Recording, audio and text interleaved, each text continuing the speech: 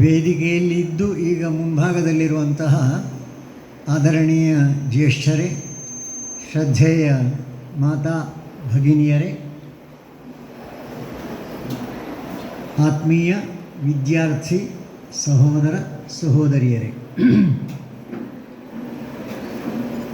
ಭಾರತ ಅತ್ಯಂತ ಪ್ರಾಚೀನ ರಾಷ್ಟ್ರ. ಭಗವದ್ಗೀತೆಯಲ್ಲಿ ಒಂದು ಮಾತಿದೆ, ಜಾತಸ್ಯ ಹಿ ಧ್ರುವೋ ಮೃತ್ಯು ಧ್ರುವಂ ಜನ್ಮ ಮೃತಸ್ಯ ಚ ಅಂತ. ಹುಟ್ಟಿದವನಿಗೆ ಸಾವು ನಿಶ್ಚಿತ, ಆಮೇಲೆ ಸಾವಾದ ನಂತರ ಮತ್ತೆ ವಾಪಸ್ ಹುಟ್ಟುವುದು ಅಷ್ಟೇ ನಿಶ್ಚಿತ. ಆದರೆ ಅದಕ್ಕೆ ಅಪವಾದ ನಮ್ಮ ಭಾರತ. ಯಾಕಂದರೆ ಇಲ್ಲಿ ಭಾರತಕ್ಕೆ ಹುಟ್ಟಿಲ್ಲ, ಹಾಗಾಗಿ ಸಾವು ಇಲ್ಲ. ಅಂತಹ ದೇಶ ಇದು. ಯಾವಾಗ ಹುಟ್ಟಿಕೊಂಡದ್ದು ಅಂತ ಎಷ್ಟು ಹಿಂದೆ ಹೋದರೂ ಯಾರಿಗೇನು ಗೊತ್ತಾಗೋದಿಲ್ಲ. ಜಗತ್ತಿಗೆ ಎಲ್ಲ ದೃಷ್ಟಿಯಿಂದ ಎಲ್ಲವನ್ನು ಕೊಟ್ಟಂತಹ ದೇಶ. ಇವತ್ತು ಸಹ ಆಧುನಿಕ ತಂತ್ರಜ್ಞಾನದಲ್ಲಿಯೂ ಅನೇಕ ಅದ್ಭುತಗಳನ್ನು ಕೊಡುತ್ತಾ ಇರುವಂಥ ಅತ್ಯಂತ ಶ್ರೇಷ್ಠ ವಿದ್ವಾಂಸರು ಈ ದೇಶದಲ್ಲಿ ಇವತ್ತೂ ಇದ್ದಾರೆ. ಹಾಗಾಗಿ ಪ್ರಾಚೀನ ಕಾಲದಿಂದ ಜಗತ್ತಿಗೆ ಬೇಕಾದಂಥ ಬೆಳಕನ್ನು ಕೊಡುತ್ತಾ ಇದ್ದು ಇವತ್ತು ಕೊಡ್ತಾ ಇರುವಂತಹ ದೇಶ ಅಂದರೆ ಭಾರತ. ಈ ದೇಶದಲ್ಲಿ 4 ಗ್ರಂಥಗಳ ಬಗ್ಗೆ ಅದರ ಹಿಂದೆ ಒಂದು ಶಬ್ದ ಹಾಕಿದ್ದಾರೆ, ಶ್ರೀಮತ್ ಅಂತ. ಆ 4 ಗ್ರಂಥಗಳು ಯಾವುದು ಅಂತ ಕೇಳಿದರೆ, ಅತ್ಯಂತ ಪ್ರಾಚೀನ ಗ್ರಂಥದಲ್ಲಿ ಮೊದಲ ಪ್ರಾಚೀನ ಗ್ರಂಥ ಶ್ರೀಮದ್ ರಾಮಾಯಣ. ರಾಮಾಯಣದ ಹಿಂದೆ ಶ್ರೀಮತ್ ಸೇರಿಸಿದ್ದಾರೆ. ಉಳಿದ 2 ಶ್ರೀಮನ್ ಮಹಾಭಾರತ, ಆ ಮೇಲಿನ ಗ್ರಂಥ. ಮಹಾಭಾರತದ ಹಿಂದೆ ಶ್ರೀಮತ್ ಸೇರಿಸಿ ಶ್ರೀಮನ್ ಮಹಾಭಾರತ ಆಯಿತು. ಹಾಗೆ ಭಕ್ತಿಯನ್ನು ಸೂಚಿಸುವಂತಹ ಇನ್ನೊಂದು ಗ್ರಂಥ ಭಾಗವತ. ಆ ಭಾಗವತ ಗ್ರಂಥದಲ್ಲಿಯೂ ಅದರ ಹಿಂದೆ ಶ್ರೀಮತ್. ವಿಶಿಷ್ಟವಾದಂಥ ಇನ್ನೊಂದು ಗ್ರಂಥ ಅಂದರೆ ಮಹಾಭಾರತದ್ದೇ ಅದರ ಮಧ್ಯಭಾಗದಲ್ಲಿರುವಂತಹ ಜಗತ್ತಿಗೆ ಇವತ್ತಿಗೂ ಮಾರ್ಗದರ್ಶನ ಮಾಡ್ತಾ ಇರುವಂತಹ ಗ್ರಂಥ, ಅದು ಶ್ರೀಮದ್ ಭಗವದ್ಗೀತಾ. ಹಾಗಾಗಿ ಈ 4 ಗ್ರಂಥಗಳ ಹಿಂದೆ ಶ್ರೀಮತ್ ವಿಶೇಷಣ. ಈ ಎಲ್ಲ ಗ್ರಂಥಗಳು ಇರುವುದು ಸಂಸ್ಕೃತದಲ್ಲಿ. ಭಾರತೀಯ ಶ್ರೇಷ್ಠತೆ ಇರುವುದೇ ಅದರಲ್ಲಿ. ನಮ್ಮಲ್ಲಿ ವಿಕಾಸವಾದ ಥಿಯರಿ ಆಫ್ ಇವಲ್ಯೂಷನ್ ಅಂತ ಹೇಳಿದ ತಕ್ಷಣ ಇವತ್ತಿನ ವಿದ್ಯಾಭ್ಯಾಸ ಮಾಡಿದ ಎಲ್ಲರಿಗೂ ನೆನಪಾಗುವುದು ಡಾರ್ವಿನ್ಸ್ ಥಿಯರಿ ಆಫ್ ಇವಲ್ಯೂಷನ್. ಡಾರ್ವಿನ್ನ ಹೆಸರು ನೆನಪಾಗುತ್ತದೆ.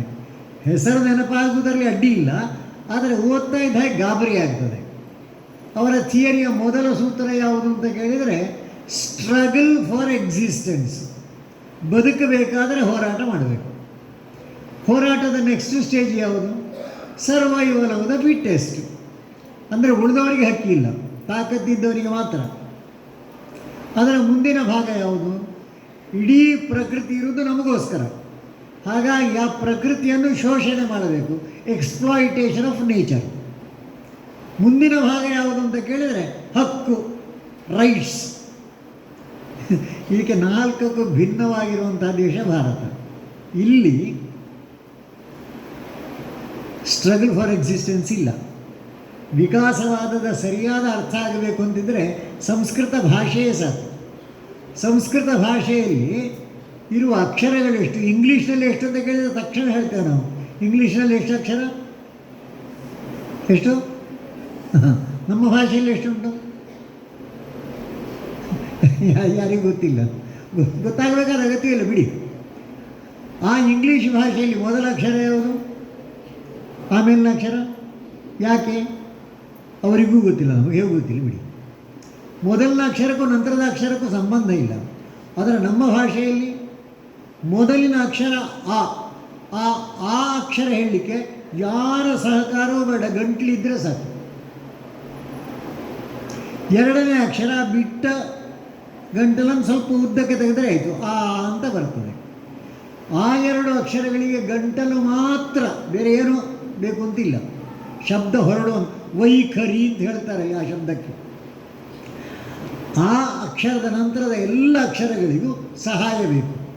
ಸಹಾಯ ಬೇಕಂದರೆ ಸ್ವರಾಕ್ಷರಗಳ ನಂತರ ಹುಟ್ಟಿಕೊಂಡದ್ದು ವ್ಯಂಜನಾಕ್ಷರಗಳು. ಆ ವ್ಯಂಜನಾಕ್ಷರಗಳಲ್ಲಿ ಮೊದಲ ವ್ಯಂಜನಾಕ್ಷರ ಕ. ಕ ಅಂತ ಹೇಳಬೇಕಾದರೆ ನಾಲಿಗೆಯ ಬುಡ ಬೇಕಾಗ್ತದೆ. ಕ. ಆ 5 ಅಕ್ಷರಗಳು ಅಲ್ಲಿಂದ ಹೊರಡುದು. ಕ, ಖ, ಗ, ಘ, ङ. ಮುಂದಿನ ವ್ಯಂಜನಾಕ್ಷರ ಯಾವುದು ಅಂತ ಕೇಳಿದರೆ ಚ. ಚ ಅಂತ ಹೇಳಬೇಕಾದ್ರೆ ನಾಲಿಗೆಯ ಮಧ್ಯಭಾಗ ಬೇಕು. ಆ 5 ಅಕ್ಷರಗಳು ಅಲ್ಲಿಲ್ಲೇ ಚ, ಛ, ಜ, ಝ, ಞ. ಮುಂದಿನ ಅಕ್ಷರ ಯಾವುದು ಅಂತ ಕೇಳಿದರೆ ಟ. ಟ ಅಂತ ಹೇಳಬೇಕಾದ್ರೆ ನಾಲಿಗೆಯ ತುದಿ ಇದ್ದರೆ ಸಾಕು.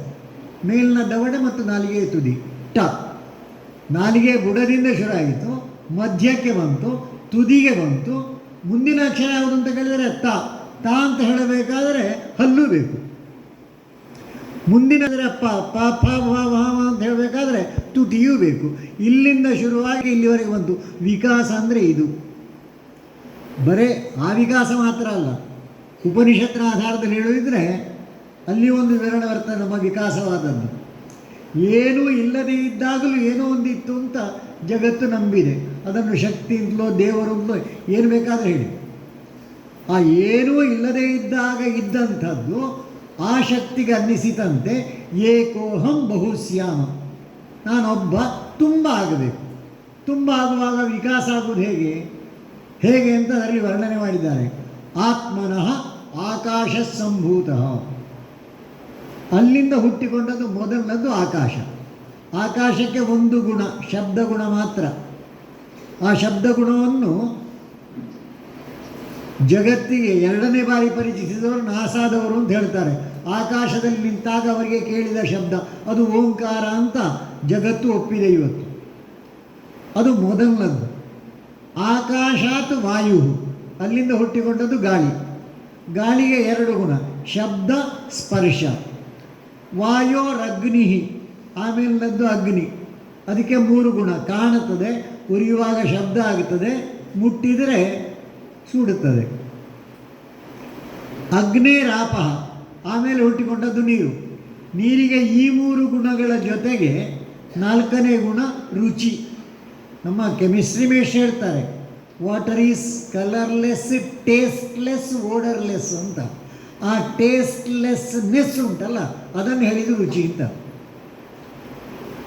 ಅಧ್ಯ ಪೃಥಿವಿ, ಅಲ್ಲಿಂದ ಹುಟ್ಟಿಕೊಂಡದ್ದು ಭೂಮಿ. ಭೂಮಿಗೆ ಪರಿಮಳ, ಎಕ್ಸ್ಟ್ರಾ ಗುಣ. ಅಲ್ಲಿಗೆ ನಿಲ್ಲಿಲ್ಲ. ಪೃಥಿವಿಯ ಓಷಧೀಭ್ಯ, ಜಗತ್ತಿಗೆ ಬೇಕಾದಂಥ ಎಲ್ಲ ಸಸ್ಯ ಸಂಪತ್ತು. ಓಷಧೀಭ್ಯೋ ಅನ್ನಂ, ಬೇಕಾದ ಆಹಾರ. ಅದಾದ ನಂತರ ಕೊನೆಗೆ ಬಂದದ್ದು ಅನ್ನಾತ್ ಪುರುಷ. ವಿಕಾಸವಾದ, ನಿಜವಾದ ವಿಕಾಸವಾದ ಇದು. ಅಂತಹ ಎಲ್ಲವೂ ಜಗತ್ತಿಗೆ ಬೇಕಾದದ್ದು ಸಿಕ್ಕಬೇಕಾದರೆ ಸಂಸ್ಕೃತಕ್ಕೆ ಹೋಗಬೇಕು. ಆ ಸಂಸ್ಕೃತ ಶಬ್ದವೇ ಅಷ್ಟು, ಅದರ ಅರ್ಥವೇ ಹಾಗೆ. ಕೃತ ಅಂದರೆ ಮಾಡಲ್ಪಟ್ಟದ್ದು. ಹೇಗೆ ಮಾಡಲ್ಪಟ್ಟದ್ದು? ಸಮ್ಯಕ್, ಮತ್ತು ಅದರಲ್ಲಿ ಕೂಡಿಸಲಿಕ್ಕೆ ಕಳೀಲಿಕ್ಕಿಲ್ಲ. ಅಂಥ ಅದ್ಭುತ ಭಾಷೆ. ಆ ಭಾಷೆ ಜಗತ್ತಿಗೆ ಏನೇನು ಕೊಡಲಿಲ್ಲ ಎಲ್ಲವನ್ನು ಕೊಟ್ಟಿದೆ. ಅತ್ಯಂತ ಪ್ರಾಚೀನ ಗ್ರಂಥಗಳು ಯಾವುದು ಅಂತ ಕೇಳಿದರೆ ವೇದ ಉಪನಿಷತ್ತುಗಳು ಅಂತ ಹೇಳ್ತಾರೆ. ಆ ವೇದ ಉಪನಿಷತ್ತುಗಳನ್ನು ಬರೆದದ್ದಲ್ಲ. ವಿಚಿತ್ರ ಈ ದೇಶ, ನಮ್ಮ ಚಿಂತನೆ ಎಲ್ಲವೂ ಅದ್ಭುತವೇ. ನಮಗೆ ಯಾರಿಗಾರೇನಾದ್ರು ನೋಡಬೇಕಾದ್ರೆ ಏನು ಬೇಕು? ಕಣ್ಣು ಬೇಕು ಅಂತ ಹೇಳ್ತಾರೆ. ಮತ್ತು ಆ ಕಣ್ಣಿನಿಂದ ನೋಡಲಿಕ್ಕೋಸ್ಕರ ದೇವಸ್ಥಾನಕ್ಕೆ ಹೋಗ್ತೇವೆ. ದೇವಸ್ಥಾನಕ್ಕೆ ಯಾಕೆ ಹೋಗ್ತೀರಿ ಅಂತ ಕೇಳಿದರೆ ಎಲ್ಲರ ಉತ್ತರವೂ ಒಂದೇ, ದೇವರ ದರ್ಶನಕ್ಕೆ ಅಂತ. ಈ ದೇವರ ದರ್ಶನಕ್ಕೆ ಹೋಗಿ ಮಾಡಿದ್ದೆಂಥದ್ದು ಅಂತ ಕೇಳಿದರೆ ನೆನಪು ಮಾಡೋ, ತಿರುಪತಿ ತಿಮ್ಮಪ್ಪನ ಎದುರು ನಿಂತಾಗಲೂ ಮಾಡಿದ್ದೆಂಥದ್ದು, ತಿಮ್ಮಪ್ಪನನ್ನು ನೋಡ್ತಾ ಇದ್ದ ಹಾಗೆ ಕಣ್ಣು ಮುಚ್ಚಿದ್ದು. ದೇವಸ್ಥಾನಕ್ಕೆ ಹೋದ ದೇವರ ದರ್ಶನಕ್ಕೆ ಹೋಗೋರು ಮಾಡೋದಂಥದ್ದು, ದೇವರ ದರ್ಶನಕ್ಕೆ ಹೋಗಿ ಕಣ್ಣು ಮುಚ್ಚುವುದು.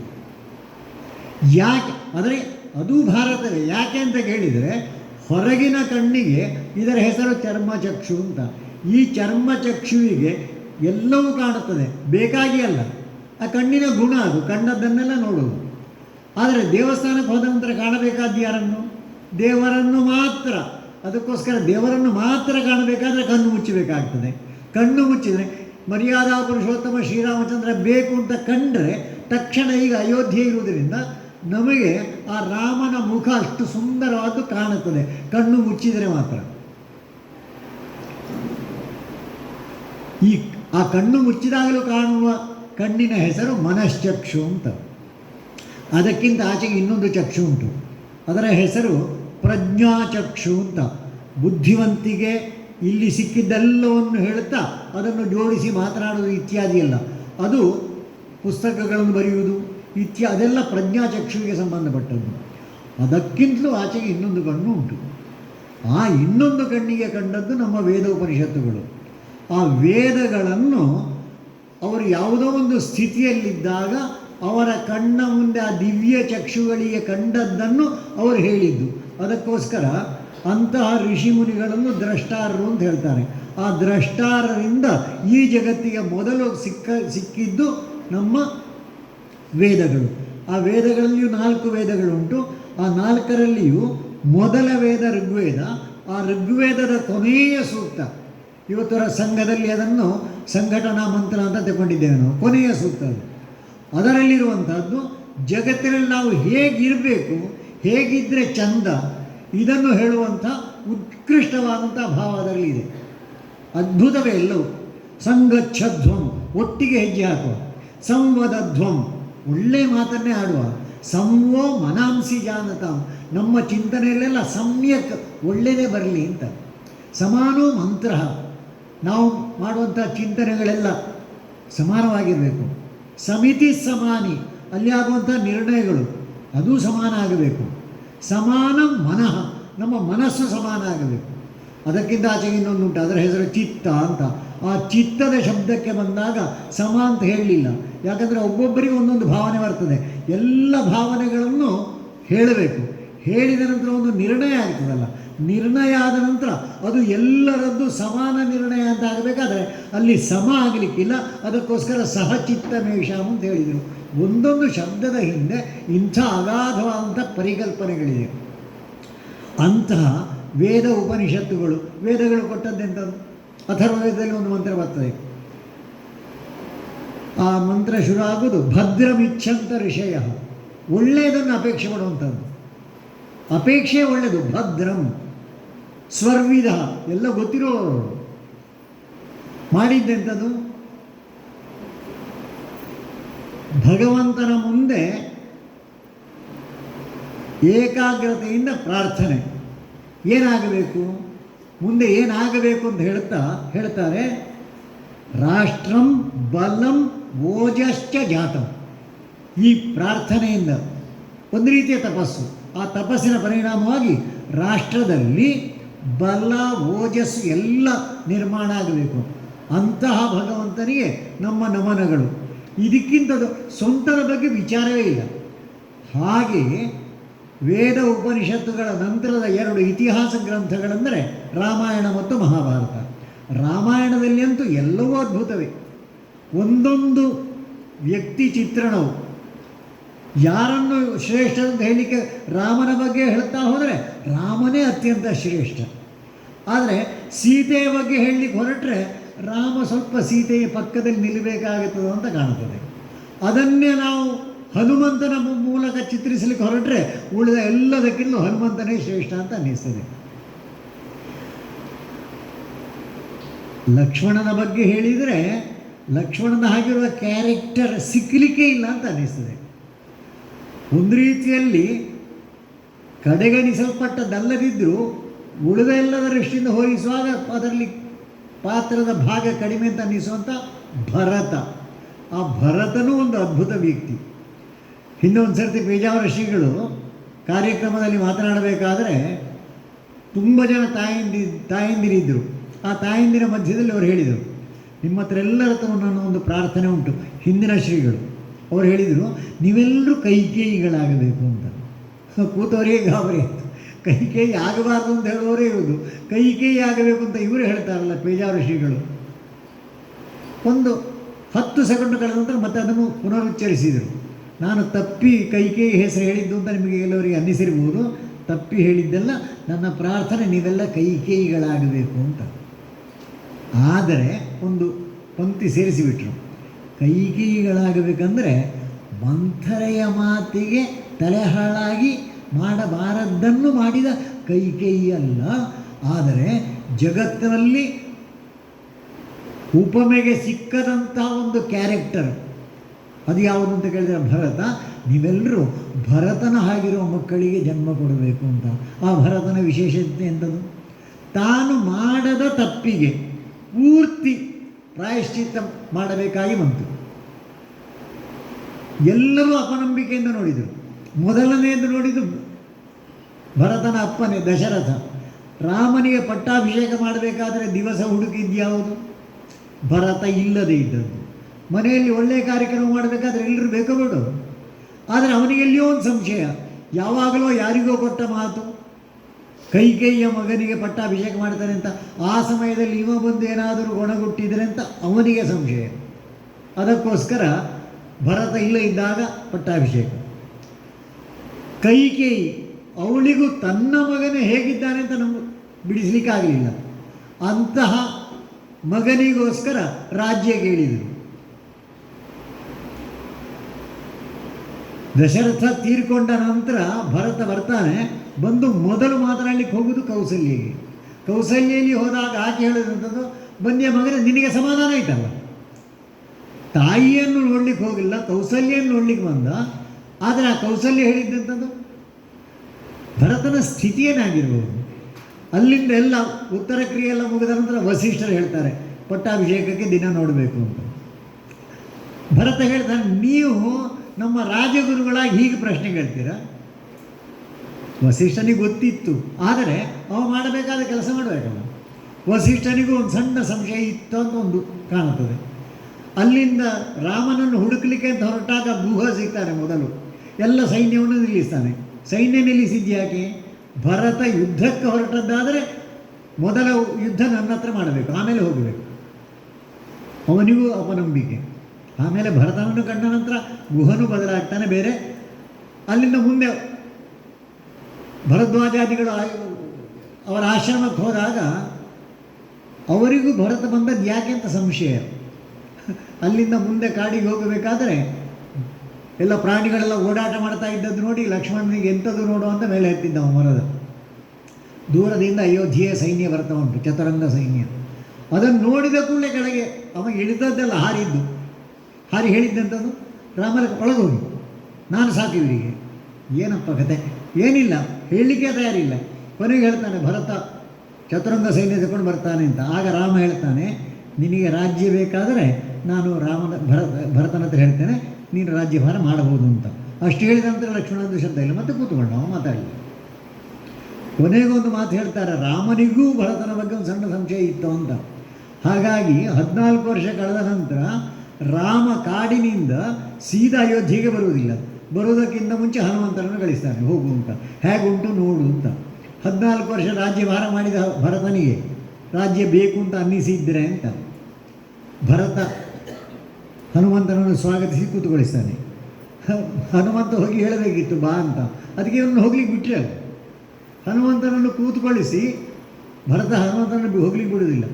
ಆಗ ರಾಮನಿಗೆ ಗೊತ್ತಾಯಿತು, ನಾನು ಒಂದು ರೀತಿ ಭರತನ ಬಗ್ಗೆ ಅಪನಂಬಿಕೆ ಪಟ್ಟ ಸರಿಯಲ್ಲ ಅಂತ. ಇಂಥ ಒಂದು ವ್ಯಕ್ತಿತ್ವ, ಅಂಥ ವ್ಯಕ್ತಿತ್ವ ಜಗತ್ತಿನ ಯಾವುದೇ ಒಂದು ಗ್ರಂಥದಲ್ಲಿ ಕಾಣಲಿಕ್ಕೆ ಸಿಗ್ತದೆ. ಅಂತಹ ಮಹಾಭಾರತ, ಅಂತಹ ರಾಮಾಯಣದಲ್ಲಿರುವಂಥ ಎಲ್ಲ ವ್ಯಕ್ತಿಗಳು ಒಂದಕ್ಕಿಲ್ಲ ಒಂದು ರೀತಿ ಅತ್ಯಂತ ಎತ್ತರದ್ದು. ಅದಾದ ಮೇಲೆ ಬರುವಂಥದ್ದು ಮಹಾಭಾರತ. ಆ ಮಹಾಭಾರತವು ಸಹ ವಿಚಿತ್ರ ಕಥೆಗಳು. ನಮ್ಮಲ್ಲಿ 4 ಯುಗಗಳನ್ನು ಹೇಳಿದ್ದಾರೆ. 4 ಯುಗಗಳಲ್ಲಿ ಮೊದಲನದ್ದು ಕೃತಯುಗ. ಕೃತಯುಗದಲ್ಲಿ ಎಲ್ಲವೂ ಧರ್ಮಾಧಿಷ್ಠಿತ. ಹಾಗಾಗಿ ಅಲ್ಲಿ ನ ರಾಜ್ಯಂ ನ ರಾಜಾಸಿ ನ ದಂಡ್ಯೋ ನ ಚ ದಾಂಡಿಕ, ಎಲ್ಲ ಧರ್ಮದ ಆಧಾರದಲ್ಲಿ ನಡೆದಿದೆ. ಕಾಲ ಪರಿವರ್ತನೆ ಆಯಿತು, ತ್ರೇತಾಯುಗ ಬಂತು. ತ್ರೇತಾಯುಗ ಬಂದಾಗ 2 ವಿಭಿನ್ನ ಫೋರ್ಸ್ಗಳು, ಒಂದು ಭಾರತದಲ್ಲಿ, ಇನ್ನೊಂದು ಭಾರತಕ್ಕಿಂತ ಹೊರಗೆ. ಒಂದು ರಾಮನ ಶಕ್ತಿ, ಇನ್ನೊಂದು ರಾವಣನ ಶಕ್ತಿ, ಸಮುದ್ರದ ಆಚೆಗೆ. ಒಂದು ಧರ್ಮದ ಪ್ರತೀಕ, ಇನ್ನೊಂದು ಅಧರ್ಮಕ್ಕೆ ಸರಿಯಾದಂಥ ದೃಷ್ಟಿ ಕೊಡುವಂಥ, ಅಧರ್ಮಕ್ಕೆ ದೃಷ್ಟಿ ಕೊಡುವಂಥದ್ದು. ಕೊನೆಗೂ ಯುದ್ಧ ಆಗಿ ಧರ್ಮ ಗೆಲ್ತದೆ, ಅಧರ್ಮ ಸೋಲ್ತದೆ. ಆ ಯುಗವು ಮುಗಿಯಿತು. ಮುಗಿದ ನಂತರ ಬರುವಂತಹದ್ದು ಮಹಾಭಾರತ. ಮಹಾಭಾರತ ಯುಗದಲ್ಲಿ ಒಂದೇ ಮನೆಯಲ್ಲಿ ಎರಡು, ಒಂದು ಕೌರವರು ಇನ್ನೊಂದು ಪಾಂಡವರು. ಕೌರವರು ಅಧರ್ಮದ ಪಕ್ಷಪಾತಿಗಳು. ಎಲ್ಲಿವರೆಗೆ ಅಂತ ಹೇಳಿದರೆ ಕೌರವನೇ ದುರ್ಯೋಧನವ ಹೇಳ್ತಾನೆ, ಜಾನಾಮಿ ಧರ್ಮಂ, ನನಗೆ ಧರ್ಮ ಅಂದರೆ ಏನು ಅಂತ ಗೊತ್ತು, ನ ಚಮೇ ಪ್ರವೃತ್ತಿ, ಆ ದಿಕ್ಕಿನಲ್ಲಿ ನಾನಂತೂ ಹೋಗುವುದಿಲ್ಲ. ಜಾನಾಮಿ ಅಧರ್ಮಂ, ಅಧರ್ಮ ಯಾವುದುಂಟು ಗೊತ್ತುಂಟು, ನ ಚಮೇ ನಿವೃತ್ತಿ, ಬಿಡುಗಡೆ ಇಲ್ಲ. ಅಂತಹ ಕೌರವನ ಪಡೆ ಒಂದು ಕಡೆ, ಇನ್ನೊಂದು ಕಡೆ ಪಾಂಡವರನ್ನು. ಕೊನೆಗೂ ಧರ್ಮ ಗೆಲ್ತದೆ. ಮುಂದಿನ ಯುಗ ಕಲಿಯುಗ. ಕಲಿಯುಗದಲ್ಲಿ ಒಬ್ಬನೇ ವ್ಯಕ್ತಿ ಬೆಳಗ್ಗೆ ಒಂದು ಮಾತಾಡ್ತಾನೆ, ಸಂಜೆ ಒಂದು ಮಾತಾಡ್ತಾನೆ. ರಾಮಾಯಣ ಕಾಲದಲ್ಲಿ ಅಧರ್ಮದ ನಾಶಕ್ಕೆ ರಾಮ ಬಂದ, ಮಹಾಭಾರತದ ಕಾಲದಲ್ಲಿ ಅಧರ್ಮದ ನಾಶಕ್ಕೆ ಕೃಷ್ಣ ಬಂದ. ಈ ಕಾಲದಲ್ಲಿ ಅಧರ್ಮದ ನಾಶಕ್ಕೆ ಯಾರಾದರೂ ಬರೆದ್ರೆ ಎಲ್ಲರನ್ನೂ ಕೊಲ್ಲಬೇಕು. ಯಾರು ಕೊಲ್ಲಬೇಕಾದ್ರು? ಅದಕ್ಕೋಸ್ಕರ ಈ ಯುಗಕ್ಕೆ ಯುಗಧರ್ಮ ಯಾವುದು ಅಂತ ಹೇಳಿದರೆ ಸಂಘೇ ಶಕ್ತಿ ಕಲವು ಯುಗೆ, ಸಂಘಟಿತ ಶಕ್ತಿ ಕಲಿಯುಗಕ್ಕೆ ಆಧಾರ. ಆ ಸಂಘಟಿತ ಶಕ್ತಿ ಎಂಥವರದ್ದಾಗಬೇಕು, ಇದು ಪ್ರಶ್ನೆ ಇರೋದು. ಆತಂಕವಾದಿ ಆದರೆ ರಾಕ್ಷಸ ಆಯಿತು. ಸಂಘಟಿತ ಸಮ್ಯಕ್ ಘಟನೆ ಅಂಥದ್ದು ಬೇಕು ಅಂತಿದ್ದರೆ ಈ ದೇಶದಲ್ಲಿ ಅಂಥ ಸಂಘಟನೆಗಳು ಇದೆ. ನಮಗೆಲ್ಲ ಗೊತ್ತಿದ್ದಂತೆ ರಾಷ್ಟ್ರೀಯ ಸ್ವಯಂ ಸೇವಕ ಸಂಘ. ಆ ರಾಷ್ಟ್ರೀಯ ಸ್ವಯಂ ಸೇವಕ ಸಂಘದಲ್ಲಿ ಧ್ವಜಾರೋಹಣ ಮಾಡುವಾಗ ಹಾಡುವಂಥ ಒಂದು ಹಾಡು, ಕೊಳಲಿನಲ್ಲಿ ಅದನ್ನು ಬಾರಿಸ್ತಾರೆ. ಜಗತ್ತಿನಲ್ಲಿ ಯಾರು ಮಾಡಲಿಕ್ಕಿಲ್ಲ. ಸಂಘ ಅಂದರೆ ಏನು ಅಂತ ಅರ್ಥ ಆಗಲಿಕ್ಕೆ ಆ ಧ್ವಜವಂದನ ಸಾಕು. ಅದರಲ್ಲಿ ಮೊದಲ ವಾಕ್ಯ ಓಂ ನಮೋಸ್ತುತೆ ಧ್ವಜಾಯ, ಮೊದಲನ ನಮಸ್ಕಾರ ಧ್ವಜಕ್ಕೆ. ಆಮೇಲೆ ಸಕಲ ಭುವನ ಜನ ಹಿತಾಯ, ಈ ಧ್ವಜ ಯಾಕಿರುವುದು? ಇಡೀ ಜಗತ್ತಿನ ಜೀವರಾಶಿಗಳಿಗೆ ಹಿತ ಕೊಡಲಿಕ್ಕೆ, ಸುಖ ಕೊಡಲಿಕ್ಕೆ. ವಿಭವ ಸಹಿತ ವಿಮಲ ಚರಿತ ಬೋಧಕಾಯ ಮಂಗಲಾಯ ತೇ ಸತತಂ, ನಿತ್ಯ ನಿರಂತರ ಒಳ್ಳೆಯದನ್ನು ಬೋಧನೆ ಮಾಡಬೇಕು, ಒಳ್ಳೆಯದು ಜಗತ್ತಿಗೆ ಒಳ್ಳೆಯದಾಗಬೇಕು ಅಂತ ಕಲ್ಪನೆ ಮಾಡಬೇಕು. ಅದರ ಮೂಲಕ ವೈಭವ ಬರಬೇಕು, ಯಾರನ್ನು ನಾಶ ಮಾಡಿ ಅಲ್ಲ. ಇಂತಹ ಸಂಘಟಿತ ಶಕ್ತಿಯಿಂದ ಮಾತ್ರ ಈ ಯುಗ ಧರ್ಮದಲ್ಲಿ ಅಧರ್ಮದಿಂದ ಮುಕ್ತಿ ಪಡೀಲಿಕ್ಕೆ ಸಾಧ್ಯ. ಹೀಗೆ ಅಧರ್ಮದಿಂದ ಧರ್ಮದ ಕಡೆಗೆ ಹೋಗಬೇಕಾದ್ರೆ ನಮಗೊಂದು ಬೇಕಲ್ಲ ಗೈಡ್ಲೈನ್. ಆ ಗೈಡ್ಲೈನ್ ಸಿಕ್ಕಿದ್ದು ಎಲ್ಲಿಂದ ಅಂತ ಕೇಳಿದರೆ ವೇದ ಉಪನಿಷತ್ತುಗಳಲ್ಲಿ ಉಂಟು, ಇಲ್ಲ ಅಂತಲ್ಲ. ಆದರೆ ವೇದ ಉಪನಿಷತ್ತುಗಳು ಎಲ್ಲರಿಗೂ ಸಿಕ್ಕುವುದಿಲ್ಲ. ಎಲ್ಲರಿಗೂ ಸಿಕ್ಕುವಂಥದ್ದೊಂದಾಗಬೇಕು. ಅದು ಯಾವುದು ಅಂತ ಕೇಳಿದರೆ ಅದನ್ನೇ ನಾವು ಭಗವದ್ಗೀತೆ ಅಂತ ಹೇಳೋದು. ಭಗವದ್ಗೀತೆಯ ಶ್ರೇಷ್ಠತೆ ಇರುವುದೇ ಅದು ಯಾರು ಬೇಕಾದರೂ ಅವರವರಿಗೆ ಬೇಕಾದಾಗ ಅರ್ಥ ಮಾಡೋದು. ಇಂಥ ಒಂದು ವಿಚಿತ್ರ ಗ್ರಂಥ ಅದು. ಸಾಮಾನ್ಯ ಒಂದು ವಾಕ್ಯಕ್ಕೆ ಒಂದೇ ಅರ್ಥ ಇರೋದು. ಆದರೆ ಭಗವದ್ಗೀತೆಯಲ್ಲಿ ಓದಿದವರಿಗೆ ಯಾವುದು ಅರ್ಥ ಬೇಕೋ ಅದೇ ಸಿಕ್ಕುವುದು. ಇದು ವಿಚಿತ್ರ. ಆ ಕಾರಣಕ್ಕೋಸ್ಕರವೇ ಭಗವದ್ಗೀತೆಗೆ ಎಲ್ಲರೂ ಭಾಷೆ ಬರೆದಿದ್ದಾರೆ. ಶಂಕರಾಚಾರ್ಯರು ಬರೆದಿದ್ದಾರೆ, ಮಧ್ವಾಚಾರ್ಯರು ಬರೆದಿದ್ದಾರೆ, ರಾಮಾನುಜಾಚಾರ್ಯರು ಬರೆದಿದ್ದಾರೆ, ಎಲ್ಲರೂ ಬರೆದಿದ್ದಾರೆ. ಜ್ಞಾನೇಶ್ವರಿ ನಿಮಗೆ ಬೇಕಾದಷ್ಟು ಸಿಗ್ತದೆ. ನಾನೇ ಕೂತ್ಕೊಂಡೊಂದು ಬರೆಯುವುದು ನನ್ನ ಬಗ್ಗೆ ಅಷ್ಟೇ. ನನಗೇನು ಕಾಣ್ತದೋ ಅದನ್ನು ಹುಡುಕಲಿಕ್ಕೆ ಈ ಭಗವದ್ಗೀತೆ ಸಾಕು. ಭಗವದ್ಗೀತೆಯಲ್ಲಿ ಎಲ್ಲವೂ ಇದೆ, ಆದರೆ ಹುಡುಕಿ ತೆಗಿಲಿಕ್ಕೆ ನಮಗೆ ಬರಬೇಕು ಅಷ್ಟೇ. ಮುಂದಿನ 2 ಅವಧಿಯಲ್ಲಿ ಭಗವದ್ಗೀತೆಯ ವಿಚಾರ ವೈಶಾಲ್ಯ ಮತ್ತು ವೈವಿಧ್ಯ, ಹಾಗೆಯೇ ಬದುಕಲಿಕ್ಕೆ ಬೇಕಾದಂತಹ, ದೃಷ್ಟಿ ಸಿಕ್ಕಲಿಕ್ಕೆ ಬೇಕಾದಂಥ 2 ಅವಧಿಗಳನ್ನು ನಾವು ಕೇಳುವರಿದ್ದೇವೆ. ಹಾಗಾಗಿ ಆ ಭಾಗಕ್ಕೆ ನಾನು ಹೋಗುವುದಿಲ್ಲ. ಆದರೆ ಭಗವದ್ಗೀತೆ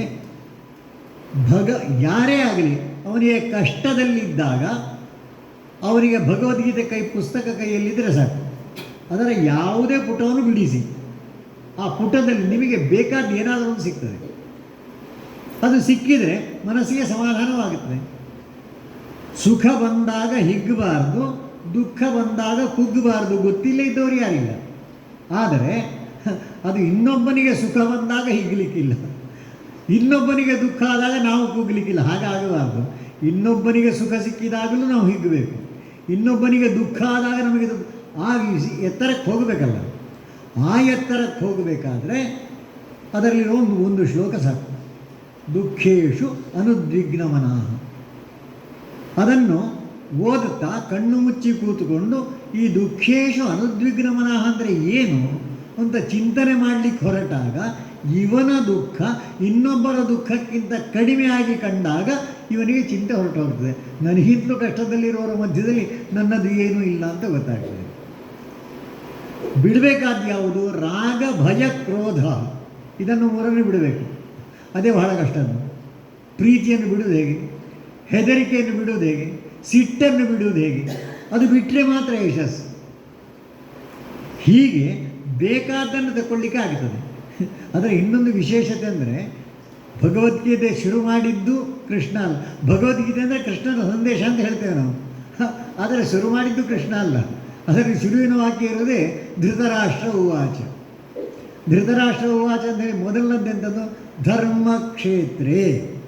ಎರಡನೇ ಶಬ್ದ ಕುರುಕ್ಷೇತ್ರೇ. ಆ ಎರಡು ಶಬ್ದಗಳನ್ನು ಸ್ವಲ್ಪ ಆಚೀಚೆ ಮಾಡಿ ಸರಿ ಬರೆದರೆ ಕ್ಷೇತ್ರೇ ಕ್ಷೇತ್ರೇ ಧರ್ಮ ಕುರು. ಅದನ್ನೇ ಆಚೀಚೆ ಮಾಡಿದರೆ ಅರ್ಥ ಅದೇ ಸಾಕಾಗ್ತದೆ. ಹಾಗೆ ಶುರುವಾದಂಥ ಧರ್ಮಕ್ಷೇತ್ರೇ ಅದರಲ್ಲಿ ಮೊದಲನದ್ದೇ ದಿಕ್ಕು ತಪ್ಪಿಸುವಂಥದ್ದು. ಮಾಮಕ ಪಾಂಡವಾಶ್ಚೈವ. ಒಂದೇ ಮನೆಯಲ್ಲಿದ್ದು ದೊಡ್ಡಪ್ಪನಾಗಿ ಪಾಂಡವರಿಂದೆಲ್ಲ ಗೌರವ ಸ್ವೀಕರಿಸಿದಂಥ ಧೃತರಾಷ್ಟ್ರ ಹೇಳುವಂಥದ್ದು ಮಾಮಕ ಪಾಂಡವಾಶ್ಚೈವ, ನನ್ನ ಮತ್ತು ಪಾಂಡವರ. ಅಂದರೆ ಇವ ಬೇರೆ ಪಾಂಡವರು ಬೇರೆ ಇದೆ. ಹಾಗೆ ರೀತಿ ಚಿಂತನೆ ಮಾಡೋದೇ ಅಪರಾಧ.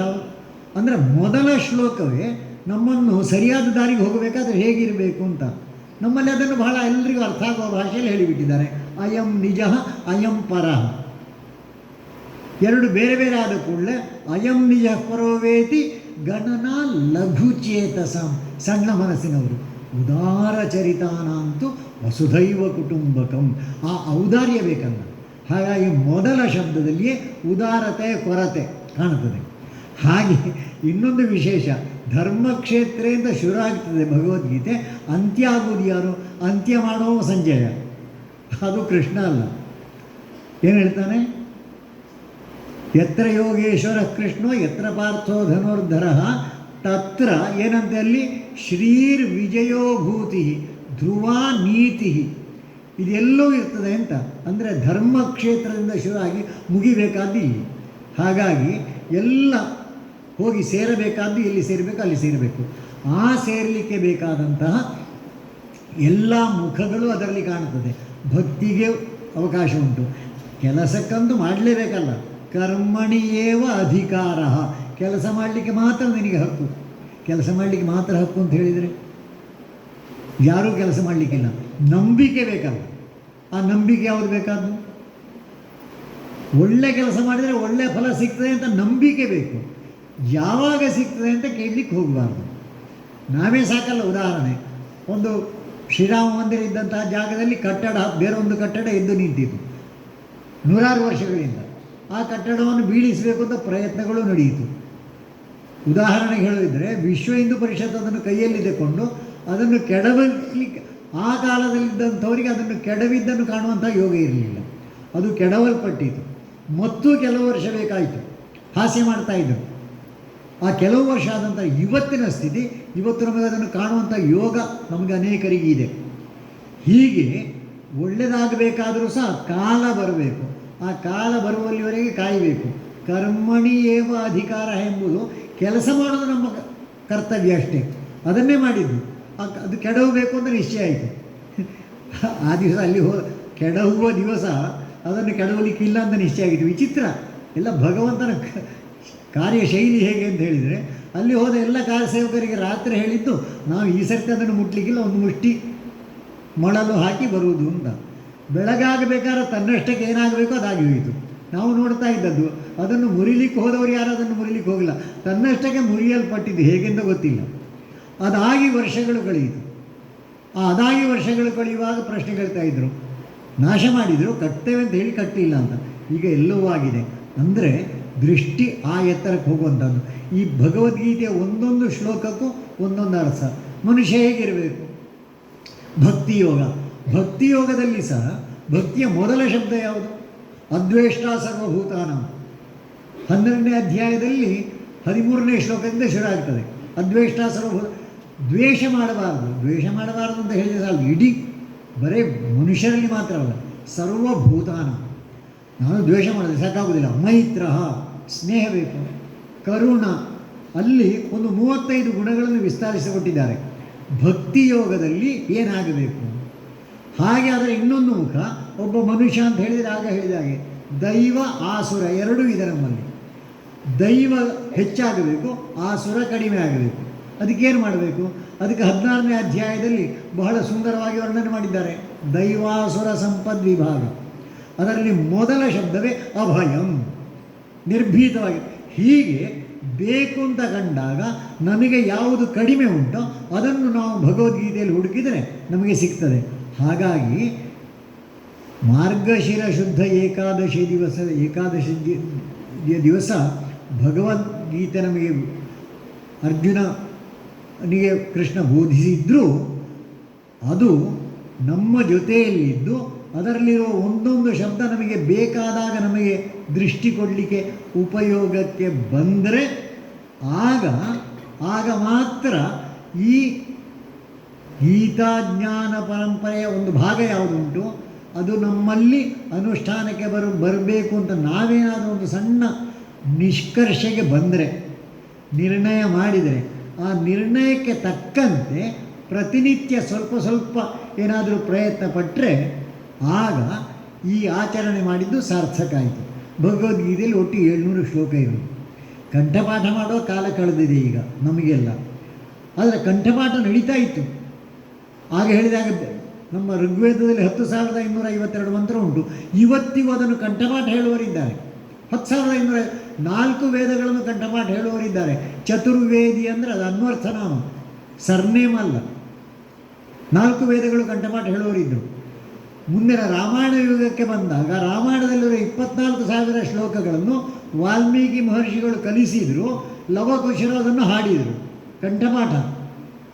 ಮಹಾಭಾರತಕ್ಕೆ ಬಂದಾಗ ಕಂಠಪಾಠ ಮಾಡೋ ಸ್ಥಿತಿಯಲ್ಲಿಲ್ಲ. ಯಾಕಂದರೆ ಅದರಲ್ಲಿರುವ ಶ್ಲೋಕಗಳ ಸಂಖ್ಯೆ 1,00,000ಕ್ಕಿಂತಲೂ ಜಾಸ್ತಿ. ಅದು ಮನುಷ್ಯರಿಂದ ಆಗಲಿಕ್ಕಿಲ್ಲ, ಕಂಪ್ಯೂಟರ್ ಮಾಡಬಹುದು ಅದು. ಹಾಗಾಗಿ ಮಹಾಭಾರತ ಕಾಲಕ್ಕೆ ಲಿಪಿ ಬೇಕಾಯಿತು. ಆದರೂ ಅದರಲ್ಲಿರುವ ಇಡೀ ನಮ್ಮ ಜೀವನದ ಸಾರ ಸರ್ವಸ್ವವನ್ನು ಬೋಧನೆ ಮಾಡುವಂಥ ಭಗವದ್ಗೀತೆಯಲ್ಲಿ 700 ಶ್ಲೋಕ ಇರೋದು. ಆ 700 ಶ್ಲೋಕಗಳನ್ನು ಕಂಠಪಾಠ ಮಾಡಲಿಕ್ಕಾಗದೇ ಇದ್ದರೂ ದಿವಸಕ್ಕೆ 2 ಶ್ಲೋಕ ಓದಬಹುದಲ್ಲ. ಸಾಧ್ಯ ಆದರೆ ಅದರ ಅರ್ಥವನ್ನು ಓದುವುದು. ಅರ್ಥ ಆಗದಿದ್ದರೂ ಅಡ್ಡಿಯಿಲ್ಲ, ಓದಿದರೆ ದಿವಸಕ್ಕೆ 2 ಶ್ಲೋಕದ ಹಾಗೆ ಓದಿದರೆ 1 ವರ್ಷದಲ್ಲಿ ಒಂದು ಸರ್ತಿ ಗೀತೆಯನ್ನು ಓದಿ ಮುಗಿಸಬಹುದು. ನಮ್ಮ ನಿತ್ಯ ಜೀವನದಲ್ಲಿ ಅದನ್ನು ಆಚರಣೆ ಮಾಡದೆ ನಾವು ಮುಗಿಸ್ತಾ ಇದ್ದೇವೆ. ಅದನ್ನು ಸ್ವಲ್ಪ ಪರಿವರ್ತನೆ ಆಗಬೇಕು. ಆ ಪರಿವರ್ತನೆ ದಿಕ್ಕಿನಲ್ಲಿ ಹೋಗಲಿಕ್ಕೆ ಇವತ್ತಿನ ನಮ್ಮ ಈ ಗೀತಾ ಜ್ಞಾನಾಲೋಕದ ಈ ಕಾರ್ಯಕ್ರಮದಲ್ಲಿ ಪಾಲ್ಗೊಂಡಂತಹ ನಮಗೆಲ್ಲರಿಗೂ ಮುಂದಿನ 2 ಅವಧಿಯಲ್ಲಿ ಸಿಕ್ಕಿದಂತಹ ಒಂದು ದೃಷ್ಟಿಯನ್ನು ಉಪಯೋಗಿಸಿಕೊಂಡು ಆ ದಿಕ್ಕಿನಲ್ಲಿ ಮುಂದೆ ಹೋಗಬೇಕು ಅಂತ ನಾವು ಸಂಕಲ್ಪ ಮಾಡಿದರೆ ಈ ಕಾರ್ಯಕ್ರಮ ಮಾಡಿದ್ದಕ್ಕೆ ಸಾರ್ಥಕ ಆಗುತ್ತದೆ. ಆ ಸಾರ್ಥಕತೆಯ ಕಡೆಗೆ ಹೋಗಲಿಕ್ಕೆ ಭಗವಂತ ನಮಗೆ ಶಕ್ತಿ ಕೊಡಲಿ ಅಂತ ಮಾತ್ರ ಈ ಸಂದರ್ಭದಲ್ಲಿ ಪ್ರಾರ್ಥಿಸಿ ನನ್ನ ಮಾತು ಮುಗಿಸ್ತೇನೆ. ನಮಸ್ಕಾರ.